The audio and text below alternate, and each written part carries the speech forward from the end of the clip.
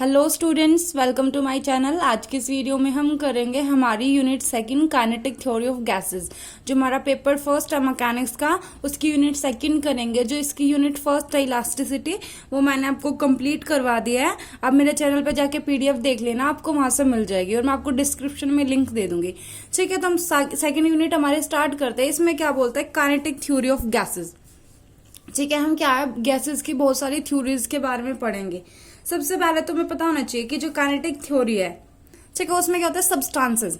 Substances के बारे में पता होना चाहिए कि हमें सब्सटेंसेस क्या होती है। अकॉर्डिंग टू काइनेटिक थ्योरी, जितने भी हमारे पास सब्सटेंस होते हैं उसमें क्या होता है, बहुत सारे नंबर्स ऑफ स्मॉल पार्टिकल्स होते हैं, उसको हम क्या बोलते हैं, मॉलिक्यूल्स।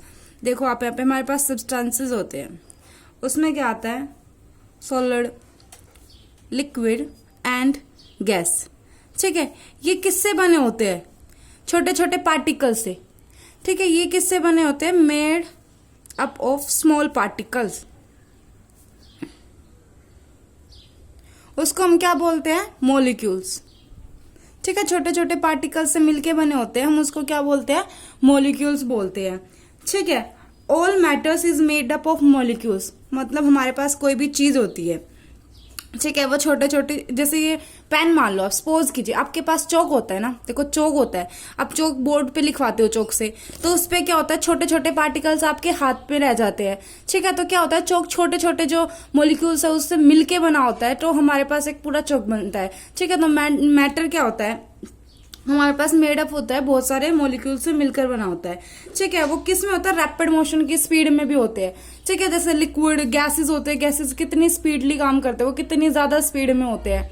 ठीक है, ठीक है, जो पार्टिकल्स होते हैं, जैसे दो पार्टिकल्स है, वो एक दूसरे के ऊपर क्या लगाते हैं, फोर्स ऑफ अट्रैक्शन भी लगाते हैं। ठीक है, बट जब इनका डिस्टेंस ज्यादा होता है तो जो फोर्स ऑफ अट्रैक्शन है ये क्या हो जाता है, कम हो जाता है। जब पास पास होते हैं तो मोर होता है, और जब दूर दूर जाते हैं तो क्या हो जाता है, कम होता जाता है। ठीक है, ये हमारा बेसिक था, ये हमारे मतलब ये सिर्फ समझने की बात है, पेपर में लिखने का ऐसा कुछ नहीं है। तो सबसे पहले हम काइनेटिक थ्योरी में क्या पढ़ते हैं, अजम्पशंस पढ़ते हैं, assumption of kinetic theory of gases. तो हमारा हम यूनिट हमारी स्टार्ट करते हैं। देखिए, assumptions of kinetic theory of gases, ये एक्सप्लेन करती है बिहेवियर ऑफ गैस में। ठीक है, पहले क्या बोलते हैं, काइनेटिक थ्योरी है किसके, गैसेस। तो ये क्या करेगी कि गैसेस का बिहेवियर कैसा है उसको हमारे पास एक्सप्लेन करती है। ठीक है, फर्स्ट देखो, all gases consist of large number of small particles. आपको पता है जो गैस होती है वो छोटे छोटे पार्टिकल्स से मिलकर बनी होती है, उनको मॉलिक्यूल्स बोलते हैं। Molecules of a given gas all are identical. मतलब एक गैस के मॉलिक्यूल्स क्या होते हैं, वो सेम होते हैं। आइडेंटिकल मतलब क्या होता है, सेम होना। एक गैस के मॉलिक्यूल सेम होते हैं, बट अलग अलग गैसेस के मॉलिक्यूल्स क्या होते हैं, अलग अलग होते हैं। ठीक है, molecules of a given gas are identical but differ from the molecules of the other gas. लेकिन जो दूसरे गैसेस है उनके मॉलिक्यूल्स से क्या होती है, वो अलग होती है। ठीक है, सेकेंड पॉइंट क्या है हमारा, सेकेंड असम्पशन क्या है, the molecules are spheres of very small size as compare with the distance between them. जो मॉलिक्यूल्स होते हैं ना, आर स्फेयर्स होते हैं वेरी स्मॉल साइज। मतलब सपोज करते हैं कि वो स्फेयर्स होते हैं, छोटे छोटे स्फेयर्स होते हैं। देखो ये छोटे छोटे स्फेयर्स होते हैं वेरी स्मॉल साइज के, as compared with the distance between them. जितना उनके बीच में डिस्टेंस होता है ना, उससे भी कम में होते हैं। ठीक है, the volume occupied by them is negligible. मतलब जो वॉल्यूम ये ऑक्यूपाइड करते हैं नेग्लिजिबल होती है, मतलब ना के बराबर होती है। ठीक है, to the total volume of the gas. मतलब जितनी टोटल वॉल्यूम होती है गैस की, उसकी कंपैरिजन में जो एक मॉलिक्यूल की जो वॉल्यूम होती है ना, वो क्या होते हैं, नेग्लिजिबल होते हैं, मतलब कुछ भी नहीं होती है।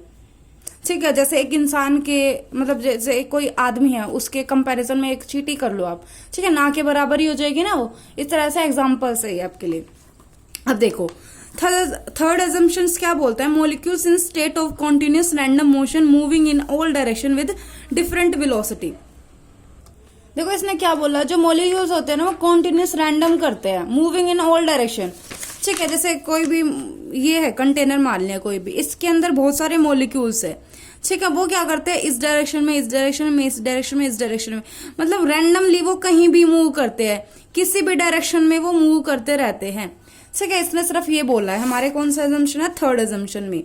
ठीक है, और देखो फोर्थ असम्पशन क्या बोलता है, during their momentum the molecules collide with one another. अब देखो ये मूव कर रहे हैं भाई, ठीक है, ये कोई यहाँ जा रहा है वहां जा रहा है, जैसे ये इससे टकरा गया, कोलाइड कर दिया, एक दूसरे से क्या हो जाएंगे, वो टकरा गए, तो एक दूसरे से क्या कर रहे हैं, वो कोलाइड कर जाते हैं। ठीक है, with one another and the walls of the container.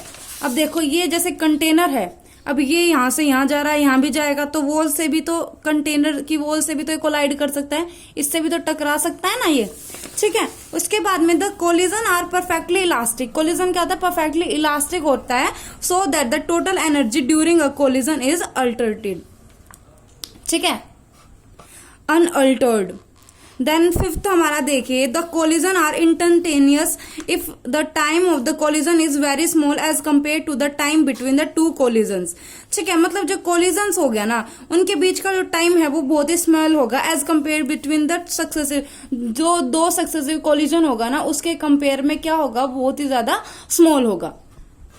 ठीक है, इसने क्या बोला, जो कोलिजन का जो टाइम होगा वो क्या होगा, स्मॉल होगा, किसके कंपेयर में, जो टू सक्सेसिव कोलिजन होंगे उसके कंपेयर में। ठीक है, between the two successive collision a molecules travel in a straight line with uniform velocity, but during every successive collision the length of the path is not same. ठीक है, the average distance moved by a molecule between two successive collision is called the mean free path। इसने क्या बोला कि देखो अगर उनके बीच में क्या, दो पार्टिकल्स के बीच में कोलिजन हो रहा है, तो वो क्या करेंगे, स्ट्रेट जो पाथ में है ना वो तो मूव करेंगे, बट ये नहीं होगा कि हर एक ही लाइन में करेंगे। ए से बी में जा रहा है स्ट्रेट है, फिर बी से सी में जा रहा है फिर स्ट्रेट है, और फिर सी से डी में जा रहा है फिर क्या है, स्ट्रेट है। ठीक है, तो जो एवरेज डिस्टेंस होगा जो मूव करेंगे molecules between the two successive collision, उसको क्या बोलेंगे, मीन फ्री पाथ बोलते हैं। ठीक है, मीन फ्री पाथ के बारे में हम डिटेल में भी पढ़ेंगे इस चैप्टर में।